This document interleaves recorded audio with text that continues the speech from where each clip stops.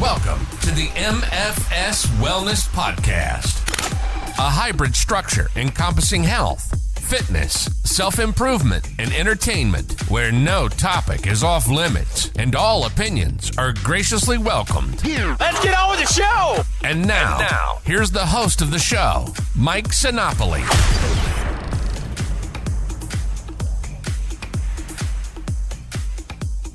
This is the MFS Wellness Podcast. I am Mike Sinopoli, recording on the evening of Easter Sunday, March 31st, 2024, meaning we are one quarter through the year already, and that's gone by pretty quick.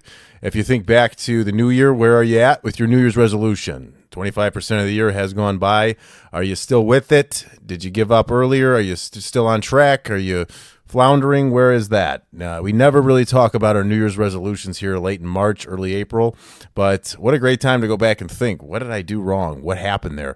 Now, there's still 9 months of the year left, so, don't go ahead and just piss it all away and start again on January 1st, 2025, although that'll be here before you know it, because this time thing is sped up in some fashion. It feels just everything just keeps on moving. So, but hey, you know what? Let that work to your advantage. Maybe it'll help with the patience of getting those results in. But overall, what I kind of want to use this episode here for is, on the last episode, I kind of alluded to it a little bit with Nick, and I mentioned an 80-15-5 lifestyle. Many of you are probably familiar with the 80-20 life, or like 80-20 in general, where, you're 80%, you're on something, 20% you're wherever else doing something else. Or in business, it's like you take care of your 80s and you kind of shun the 20s a little bit, but they're important, but not as important. And the 80s is it's the important part. It has a lot of different meanings depending on how you use 80-20. I actually sat through an entire course of 80-20 once when I was working for a job in sales, and it was enlightening, I'm not going to lie. So it makes sense. It's about prioritizing and structuring your life. And I think that could be an ultimate goal for fitness. And obviously this 80-15-5, similar to 80-20, what I'm going to talk about is strictly nutrition-based, a little bit with fitness involved, but overall a way to kind of restructure your eating, give you some leniency, some sustainability, and just sort of, change the way that things are going. Something to aim for in a sense, because with fitness, we know that there is no end, and it does keep on going. But when can you kind of stop and feel like, hey, you know what? I fucking got this shit. I know what I'm doing. I'm comfortable. I'm confident. I got this. I think if you can get to an 80-15-5 lifestyle, I think that you're there. And before I keep talking about it, I'll kind of explain what that is. And in short, and I'll get deeper into each one as I go through this here, but 80% of the time you're on point. That's the 80s. You're on point. You're tracking. You're doing your thing. 15%, that's when you're kind of a little loose, lenient. You're just, you're not way off the rails, but you're giving yourself some leeway, a little bit of leniency there that you can just sort of eyeball things, and I'll get into that too. And 5% of the time, you're eating like a pregnant cow that just walked 15 miles through a field of molasses and is starving on the other end. So just kind of doing whatever with that. So I think that's a good structure to go. Why just limit it to 80-20 or 70-30 or 60-40 in life or 50-50, whatever it is. You can structure your time as you want. We have a lot more we can do with ourselves than just what we think we can. We use time sometimes, even though time doesn't exist, and I'll stand by that. It's a man-made structure. It's useful, and it shouldn't go anywhere, but it doesn't exist, and it should be not a prison. It should be something that helps us to our advantage for organization and what appeals to us in our lives. I think we sometimes make it barriers. Time we structure ourselves too rigid with time, and it becomes an enemy. I think we need to just go ahead and realize that it's not that. So 80-20, like I said before, that can be confusing for people, destroy their progress too, because if you just went 80-20, everyone's going to have a different version of what their 80 and their 20 is. And they will with the 80-15-5 rule too. It's going to be different for everybody, but you got to find yours. And I'll kind of give an overview of it all to make it make sense. But with 80-20ing something, it's with fitness, with health, with nutrition, you can destroy your entire 80 with a terrible 20. So if you're 80%, there's a lot of people do this, their 80% is rigid. It's on track. It's super meticulous, and it's almost miserable. They've cut out so many foods. They've on some restrictive diet. They don't like it. And then the other 20% of the time, they're just on the opposite end of the spectrum, gorging, eating whatever they see, and just basically negating all the crap that they just went through misery. And that's kind of what the diet culture is like these days, and that's why people get so frustrated, because there's so many fucking extremes. So why not just cut it up a little bit differently, and and just do it so that it's not as restrictive as it needs to be. So at 80% of the time, so 80%, you're pretty much on point. It's not as, you got to find it. When I say on point, it doesn't mean you got to be so fucking rigid that you're just sitting there miserably like restricting yourself from foods that you love, tracking every morsel that goes in your body, but you're pretty much on it. You know your macros are being hit, you know your targets, you're in a deficit, you're in a surplus, you're training in that way, you're precise, you still like what you're eating, and you're starting to see results. That's 80 is where the results come. That's where you are working towards that result. That's the main goal. Finding what you like to do to hit that goal. Okay. So, if you really zoom in on this thing, this should be the norm for human health. Like, we should just be eating this 80%, how we should just to sustain life. Like, we should not just, this shouldn't just be a feeling like a diet, but that's what we're in. We're in something now. We're in this system that is just wanting to throw crap into your body at all times and have you overeat, overconsume, keep consuming. It's consumerism. It makes you, they want you to keep buying and keep eating. I don't think anybody wants us dead necessarily. They may want us a little sick so that we go ahead and purchase the medicine on the other ends that we need from this terrible foods, but they will neglect your health for their bottom line. That's for sure. And, they want consumption, profit, and control. And that is, when I say they, I mean big food corporations. I mean the diet industry. I mean the government. Big pharma, everybody. I believe in that. I really do.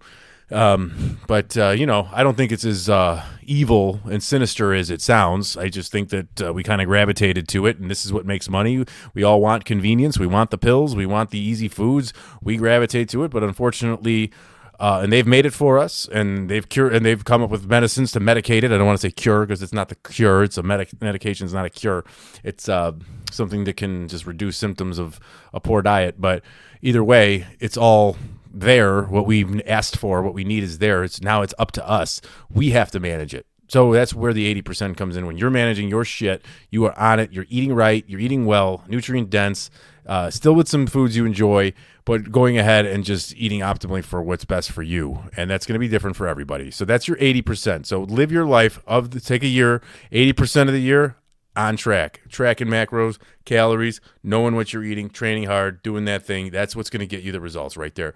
So, but living that way 100% of the time is not going to be fun. So that's where we throw in the 15%. And this 15% is the catalyst, in my opinion, of a sustainable lifestyle, of a sustainable diet lifestyle. The 15%, it's hard to understand maybe, but to understand that this is a time frame that will allow this sustainability. 15%, you aren't necessarily tracking so much, maybe a little bit here and there. Maybe you're just making sure you're measuring your protein count to make sure you're hitting that, and then whatever else kind of goes along with it. You're kind of understanding where you need to be. You have to really master the 80%, to be honest with you, first, in order to go ahead and implement this 15%. Because once you've got the 80 down, and you can kind of say, all right, I'm going to give this a shot. I'm not going to go off the rails. I'm not going to go nuts and eat like shit constantly, but I'm going to go ahead and I'm going to just 15% of the time, hey, I got this food. I know it's in the house. I'll change things up. Maybe I'll throw something a little extra on there. Maybe I'll use a little more ranch this time. Maybe I'll use some cheese on this that I wasn't before. And you just kind of going with it. You're doing well. You're still training. You go out to dinner more maybe, but you make good decisions. You're not, just eating like a fried appetizer platter. You maybe just go out for a nice steak, potato, and a vegetable or something like that and have a cocktail, something like that, where you're just a little more lenient, but you're still choosing well in that 15% of the time. I think that 15% will keep you going because of the variety and that you're using more ingredients throughout your house. So you're not on a strict meal plan. You're not rigid on some wacky diet or anything like that that's got you saying carbs are terrible for you and all that other BS. So this 15% is something to implement, and it really needs to be implemented once you feel confident in yourself that you can truly do it. and sort of eyeball things and look at it and see your food and say, okay, this is good, this is not, this is fine. And it's trial and error too.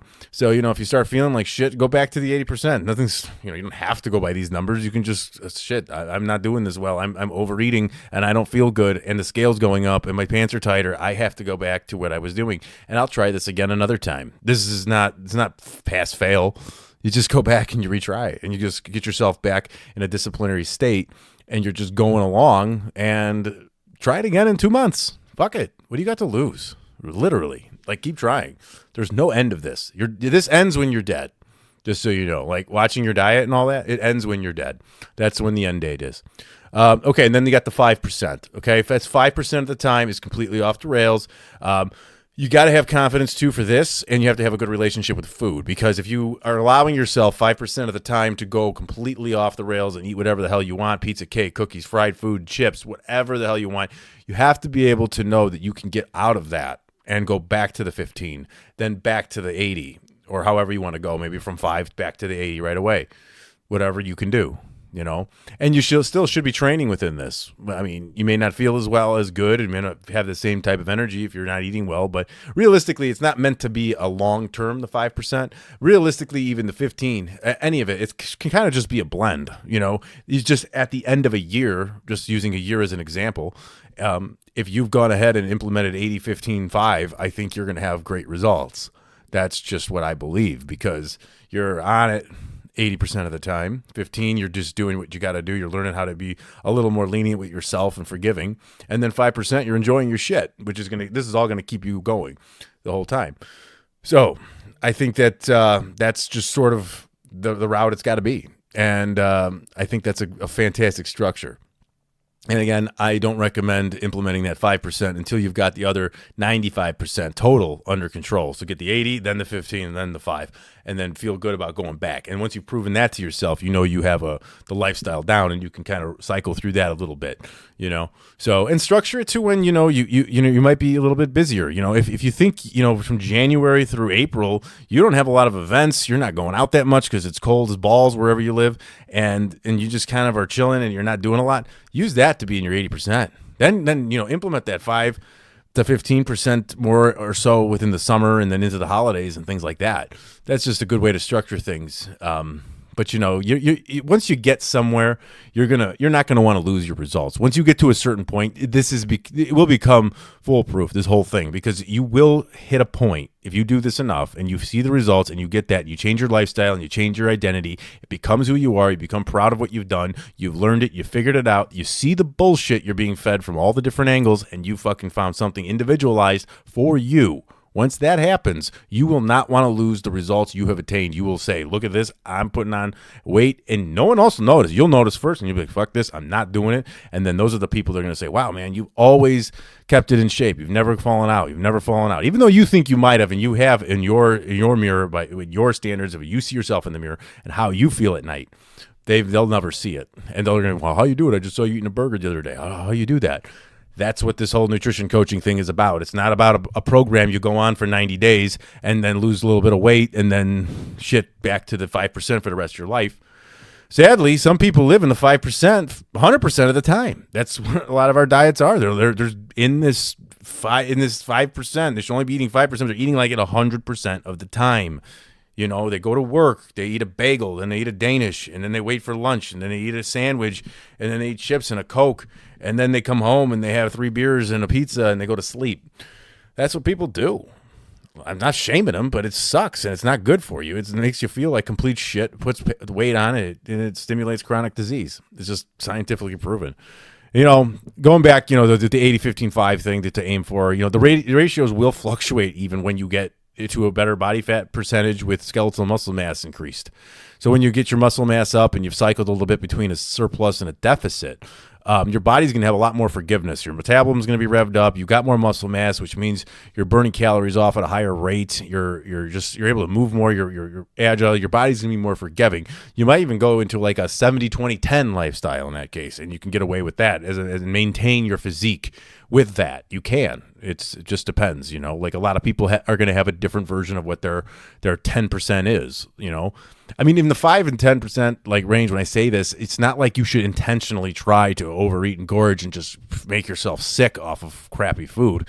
It's just, you're just not trying to count and track, really. That's what it is. And I don't think you'll ever get, if you take on a fitness lifestyle, I don't think you'll ever get to a point to where in that 5% you're just off the rails, completely like shitting yourself away. You might just, grab a few extra slices of cheese out of the fridge at night, or pull a couple bowls of cereal in the morning if that's what you like. Go out for pizza with your friends and things like that. And that's all fair game too. And a lot of the time, it's not necessarily, I should say this, and this is kind of important too, you don't have to like be in how do I put this, in one sector all at a time. Like 80% doesn't have to be just 80%. You can't do the things from the other two. You can go ahead and implement that here and there, just as long as it totals those percentages, just using a year as an example like I've been doing, as long as it totals about those percentages. So, if in January there's an event coming up and they're going to have deep dish pizza and you want it and you want to eat as much as you want, go ahead. That's part of your 5% of the year.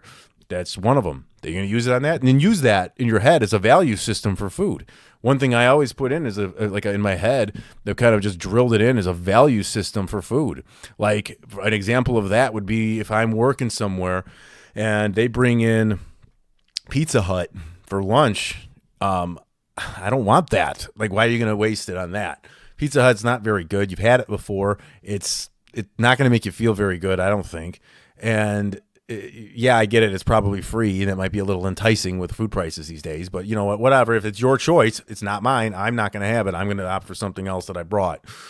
In that case, but then in another instance, if somewhere else they're bringing in some new pizza from a pizza place that just opened up, that you wanted to try, then that might be worth it for you. That might be like, oh, hey, look, I've been wanting to try this place. They brought it in for free. This is my opportunity. Let's have it. Let's do it. Let's feel good about it. And then right after this is done, let's get right back into that 80% and keep going. And I'll just use that right there. And then you know what? And sometimes it's even better that way, because sometimes if you just implement a meal here or there throughout the year in that 5%, where you don't even actually consciously go and say, hey, fuck it, I'm done. 5%, that's it. Fuck it, it's over. You don't have to do that. You can just say, hey, I think I'm averaging this shit out. You can track it all if you want, but, a lot of it's just going to be kind of a mental thing for you. So, to wrap it up, short episode, because I talk a lot. So 80-15-5, 80% of the time of the year, you just go ahead and you track that food, you weigh things, you figure it out, and as you go, you learn that maybe you don't even have to. And you can live in the 15%, and maybe the 15 becomes your 80. Because you're so good at it and you just know what your body needs, and it just becomes what you do. Therefore, 95% of the time, that's how you're eating. Then that 15% or 10, whatever you want to call it, then that's just your lenient time where you know what you're doing. You just got it on autopilot. You know it. You can see it. You can spot what 4 ounces of chicken looks like. You know what 207 grams of pasta looks like. You can just say, that's fine. That's what I'm going to have. Hey, you know what? I'm going to have a sandwich instead of this today. I don't give a shit. Fuck it. Do it. And then 5%, you know what it is. Just shovel it down. Everything, whatever you want. That's just the structure that has worked for me. I didn't even know I was doing it. I was just kind of like thinking about how I eat and what I do, and I just believe that is where my structure is. And I think that will keep you going, because the bulk of it is driving the results. That's there. And then the rest of it's the 15%. It's like a test almost to kind of keep you lenient, and you can kind of shave off a few percentages here and there. And then you have that gorge moment when you need it. And it'll give you some kind of like less guilt too, because hey, I'm supposed to have 5% of my year be whatever the shit I want to eat. Because I'm telling you, all this food that you eat that's bad for you, this garbage food, like we just did in the last episode with Nick Beck, we literally talked about there are no bad foods. And in a sense, it's very true, because it's in the dosage, it's in the amounts. Anything in excess is poison. So there you go. Keep these foods that everyone on the internet's telling you is going to kill you upon consumption, and it has this and that in it and all that. But whatever, you know what? We know we can eat this and survive and live and be all right, as long as it makes you feel good. And it doesn't make you feel like shit, I should say. That's it. Just do it. and then you're good to go. And then you don't deprive yourself, and now you can keep this thing going longer, because what has stopped you from doing those shitty diets that they send you where they restrict everything in the world? They tell you that carbs are gonna eat your insides and murder your parents and kill everyone you know because carbs are evil. They fuck that. This is nonsense, and it doesn't last. Is you stop because it sucks and because it blows and because it's a fucking lie. And you lose the weight just because they've restricted something that you want, and then by default you're filling it with something else, and then it's not forever because it sucks and you can't wait for it to end. And then when it ends, you refeed yourself all that shit you said not to eat, and then you'll eat more of it because you were restricted from it. That is the problem with the diet culture. It's garbage. It depletes your muscle mass, especially if it's not protein conscious to where it really needs to be. It will deplete your muscle mass and add fat. By yo-yo dieting, you will absolutely destroy your BMI, I should say. You will lose skeletal muscle mass and you will gain body fat, and that is what will happen. It's just what it is, yo-yoing, because when you gain it back, you're not gaining muscle back at all. It's all fat, and you'll be in a worse situation. So find a way to never diet again. Please, at this point, we know this. We've seen it. You've done it. I've done it. We've all been victim of this garbage. Just go ahead, figure out your lifestyle, chop it up however you want. And again, it depends on your results. Maybe you don't want to be as fit as somebody else. You just want to lose a little bit of weight. You might not have to go 80. You might go less. Maybe you don't even have to start there. Start at 50. Start somewhere. That's it. Sometimes that's all you need is a few changes here and there. Every week, make one change. Done. And make it last. And figure out how it can last. So that's it. And everyone's different, like we know. So, and that's what I'll do, with nutrition counseling or coaching, whatever you say. It's so much more than just, hey, eat this for 90 days and you're fine. It's not going to be that way. We got to dig deeper in this, and this goes way deeper than just numbers and what to eat. It goes into your emotions, your conditioning, your traumas, your upbringing. Food is related to all of that.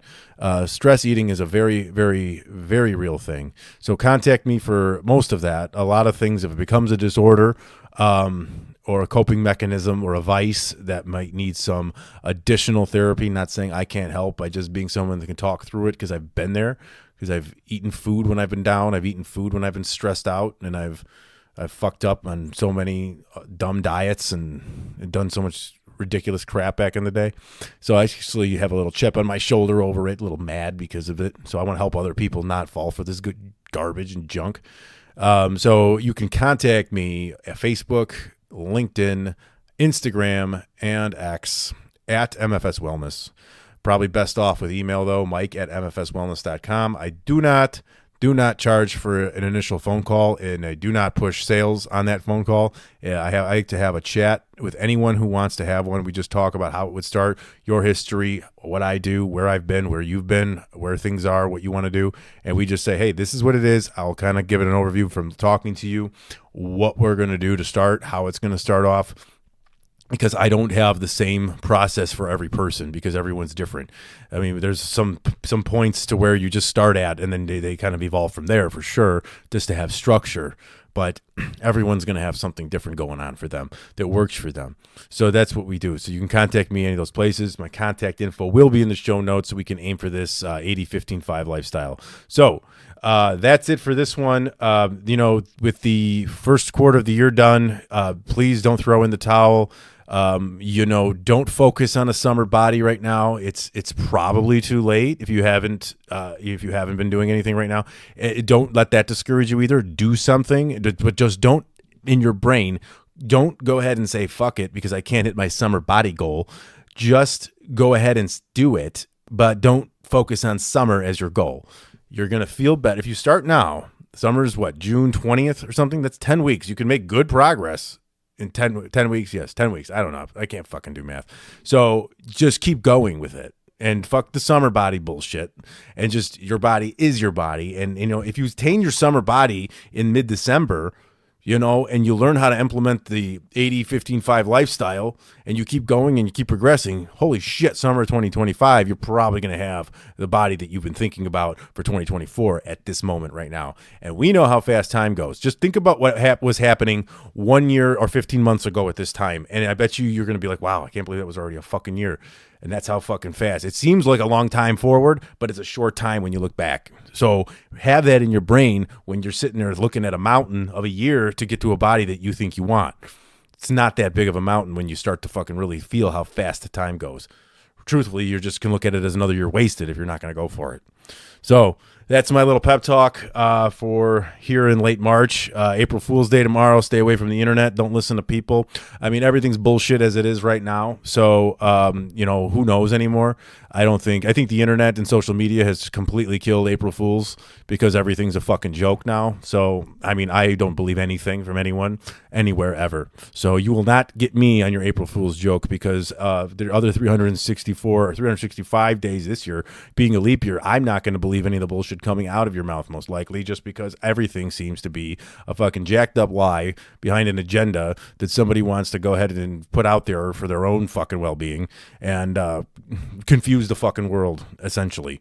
So fuck it all, and take it easy because life is short. And focus on yourself. Focus on your small circle, yourself, your family, your job, your health. That's what you can do. Your significant other, that's it. Those are the main points you need to be at. And that's what I believe. Not telling you how to live, but that's what I really think. So there's my rant. I hope everybody enjoys the spring that's coming up, the nice weather, get outside and walk. We live here in the tundras of the Midwest of USA, and it sucks because we don't get a lot of sunlight for 5-6 months at a time. So get out there. It's going to be beautiful, and don't crap on the idea of how good a walk out in the sun is for your health. There's a lot more aspects than just losing a little bit of body fat. So until the next episode, thank you to everyone, and I mean everyone who listens to this. I appreciate it. Send me your feedback. Send me show ideas. Let me know if you want to come on. Thank you.